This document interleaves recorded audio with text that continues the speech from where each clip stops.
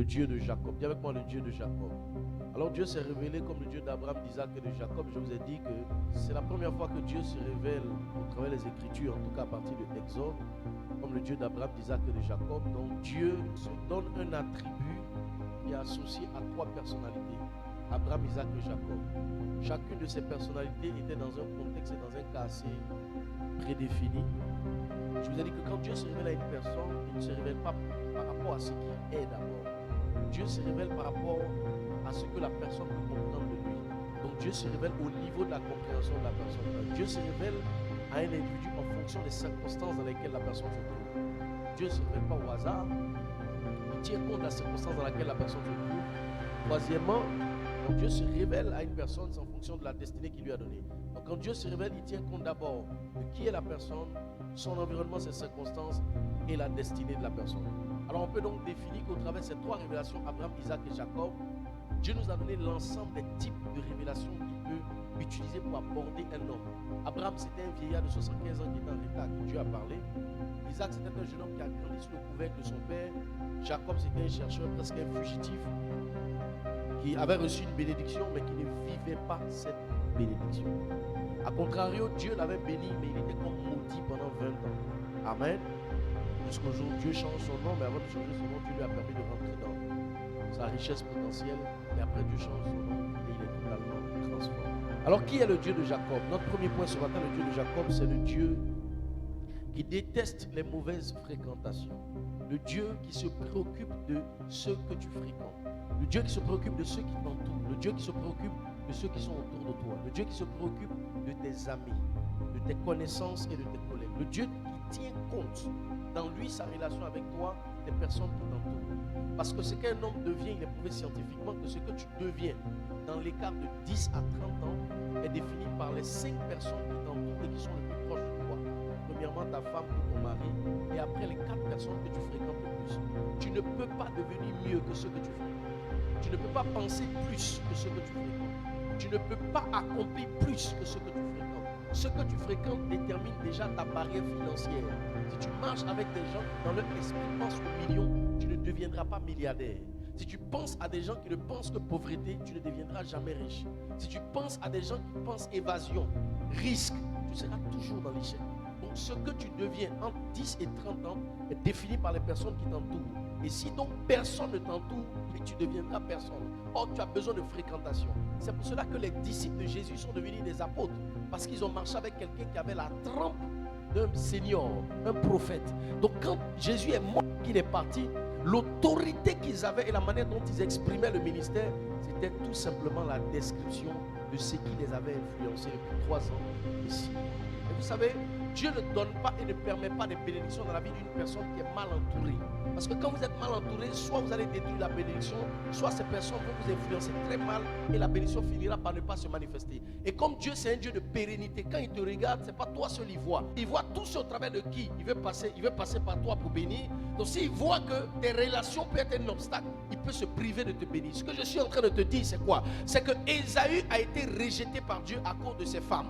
Parce que les femmes d'Ésaü étaient des femmes étrangères. Est-ce que Dieu a un problème avec les étrangers? Non, Dieu n'a pas de problème avec les étrangers. Mais leur adoration allait faire obstruction et obstacle à la bénédiction que Dieu allait déposer sur la vie d'Ésaü. Alors quand Dieu s'est rendu compte que les relations d'Ésaü allaient faire obstacle à la destinée d'Ésaü, Dieu dit non, je ne vais pas prendre Ésaü, je vais prendre Jacob. Je préfère quelqu'un qui est injuste, mais qui peut devenir juste. Au lieu de prendre quelqu'un aujourd'hui qui ne ressemble à rien, mais dont les relations vont nuire. Qu'est-ce que je suis en train de dire? C'est que ce que tu deviens est déterminé par ceux qui t'entourent. Il y a des types de bénédictions que Dieu n'accorde pas aux personnes mal entourées. Tout simplement parce qu'il y a ce qu'on appelle le principe de l'influence. En marchant avec une personne, il devient ce que tu es et tu deviens ce qu'il est. Vos petits défauts se transforment et se transmettent. Je dois te bénir. Mais si tu es entouré par ces mauvaises personnes, ces mauvais conseillers, ces personnes qui peuvent influencer mes choix et mes décisions dans ta vie, ma bénédiction pour toi ne sera pas à toi. On ne peut pas te bénir avec ce genre de relation. La richesse d'Abraham est venue parce que Dieu lui a révélé quelque chose. Quand il avait un collaborateur qui était absent, il y a des gens dont tu dois te séparer. Même si tu veux pas, parce que Dieu veut te bénir. Ce mois d'août, lui-même, il va te séparer de ces gens au nom de Jésus.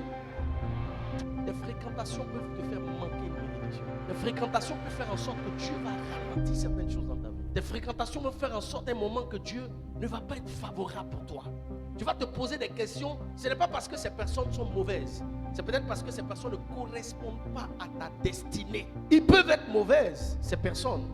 Elles peuvent être mauvaises, mais on peut se retrouver dans le cas où ces personnes ne correspondent pas à ta destinée. Attention aux personnes que tu écoutes. Attention aux conseils que tu écoutes. Attention aux personnes qui te parlent. Attention aux personnes à qui tu parles. Attention aux personnes que tu fréquentes, avec qui tu parles des heures.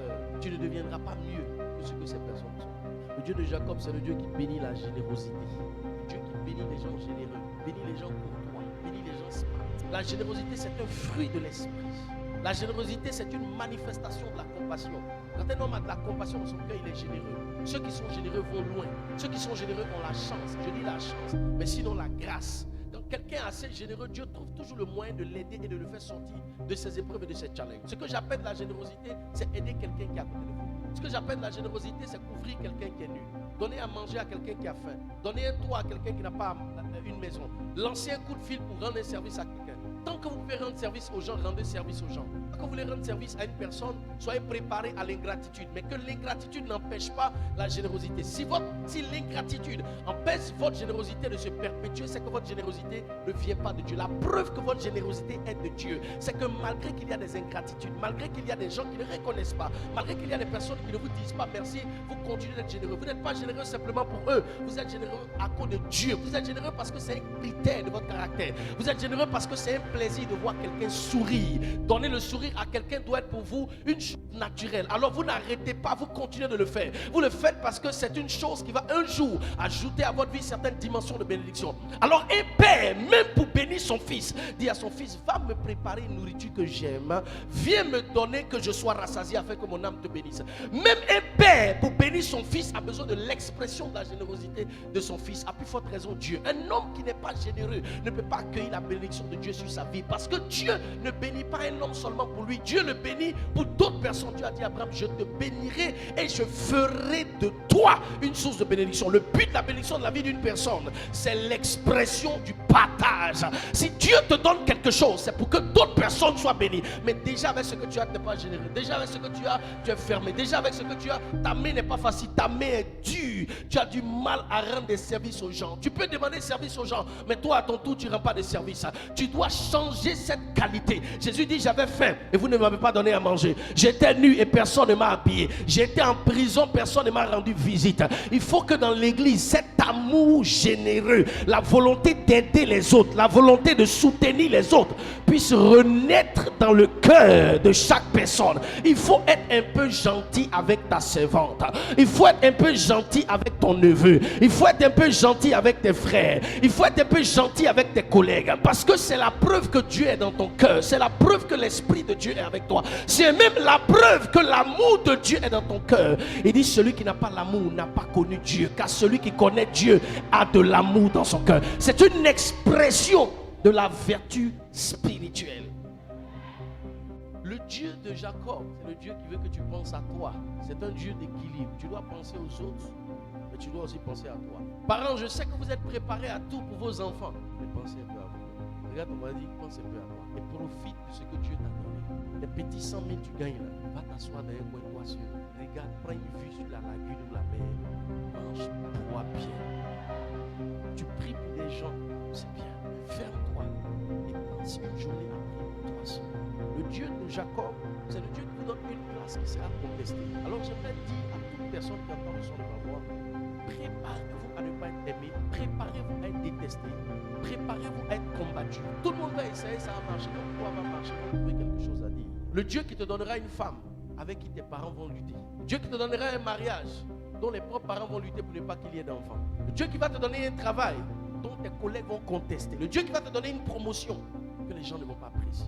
Ce n'est pas toi qui n'aimes pas, c'est ce que Dieu t'a donné qui n'aime pas.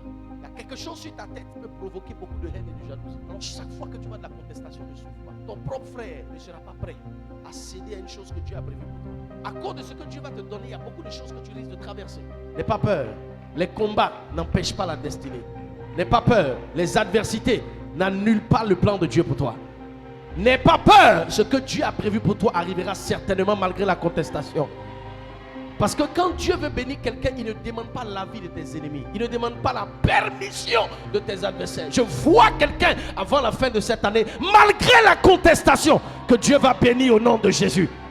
Si vous avez beaucoup d'ennemis, que vous n'avez pas d'alliés, vous n'allez pas réussir dans la vie. Chaque fois que vous allez dans un service, faites des meilleures personnes vos alliés. La Bible dit qu'il y a des gens qui ont fait une réunion. Et dans la réunion, on a dit aujourd'hui, Paul ne va pas arriver au prétoire. Quand il va faire le voyage pour arriver chez Félix, on doit faire escale avec lui et réussir à le tuer. Et pendant qu'ils étaient en réunion, il y a un gars qui était dans la réunion. Oh, c'est le neveu de Paul. Et il demande l'information encore. Il dit, qui est-ce qu'on doit arrêter cette nuit? On dit Paul, Saul de Tarse, devenu Paul, apôtre de Jésus-Christ. Cette nuit, il sera égorgé. Et la Bible dit que les gars ont dit, on prendra 72 heures de jeûne. Et tant que cet homme ne sera pas mort, nous n'allons pas manger. Je vais prier pour quelqu'un ici, à cause d'une grâce que Dieu est en train de reposer sur ta vie. Il y a des gens qui vont se priver de nourriture pour t'atteindre, mais ils ne réussiront pas à t'atteindre au nom de Jésus. Il y a des gens qui vont faire une confrérie pour te détruire, mais malgré la confrérie, Dieu te fera sortir au nom de Jésus. Il y a des gens qui vont se rassembler pour tenter de te détruire, mais quelle que soit leur décision, cette décision sera révoquée au nom de Jésus.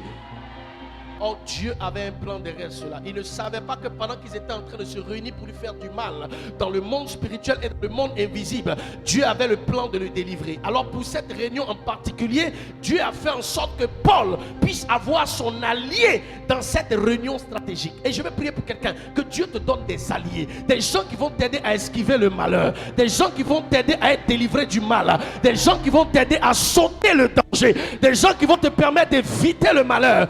Un allié est à côté de toi pour que Dieu puisse l'utiliser pour t'aider à être délivré. Cette année 2021 et ce mois d'août, que Dieu te donne des alliés au nom de Jésus.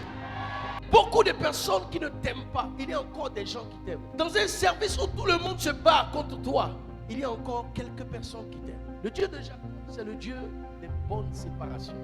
Dans le processus des séparations, il faut que chaque fois que tu te sépares d'une personne, ce soit de la bonne manière, pour que le jour où le besoin sera nécessaire, la personne puisse jouer toujours son rôle. Si quelque part a été une aide pour toi, quelqu'un a été une bénédiction pour toi, ne te sépare jamais mal de lui. Même tes beaux-parents. Faites attention pour qu'il y ait des problèmes avec vos belles familles. Ne rentrez pas dans ces genres de jeux. Tu veux prendre tes distances, crée tes distances, mais ne va pas parler mal. Les séparations arrivent, mais quand ça arrive, faites-le de la bonne manière. Parce que si vous fermez mal une porte qui a été ouverte pour vous, vous n'aurez plus de porte d'accès. La manière dont tu fermes la dernière porte détermine comment la prochaine porte va s'ouvrir. Ne quittez pas un endroit sans qu'on vous donne la route. Ne vous séparez pas d'un individu tant que vous n'en avez pas convenu. Ne faites pas de guerre avec des personnes qui peuvent devenir vos meilleurs alliés du futur. Sinon, à un moment, tu seras obligé de repartir, demander pardon avant de continuer. Et si on ne te donne pas pardon là, la raison du pardon va naître. Parce que Dieu va te montrer que c'est obligé. Une seule erreur, une seule porte que tu fermes va compromettre les autres portes. Parce que des gens qui t'ont élevé, même quand tu ne veux plus travailler avec eux, il faut utiliser de la sagesse pour créer une séparation. Vous savez pourquoi? Parce que le travail spirituel est spirituel. Le travail physique est physique. Mais même dans le travail physique, il y a des choses spirituelles. Il y a des séparations qui peuvent venir, mais que les séparations ne soient pas des divisions. Le Dieu de Jacob, c'est le Dieu qui ne change pas de plan. Il a vu une étoile qui était suspendue au-dessus de 12 autres. Sa gemme arrêtée au milieu de 12 autres gemmes. Mais dans ce projet de destinée, il n'avait pas fait le programme parce que son père lui avait donné une tunique multicolore. La tunique multicolore semblait être l'image de ce qui allait arriver dans la vie de ce jeune homme. Et en plein milieu de célébration, Joseph, dans la maison de son papa Jacob, ses frères vont le prendre et vont le vendre. Mais le plan de Dieu pour lui n'a pas changé. Il est rentré dans cette maison, a servi comme un esclave, et plus tard il a été libéré de son esclavage et il est devenu maître de maison, donc administrateur de maison. Et là-bas encore, la femme de son patron va l'accuser et on va le mettre en prison. Mais le plan de Dieu pour lui n'a pas changé.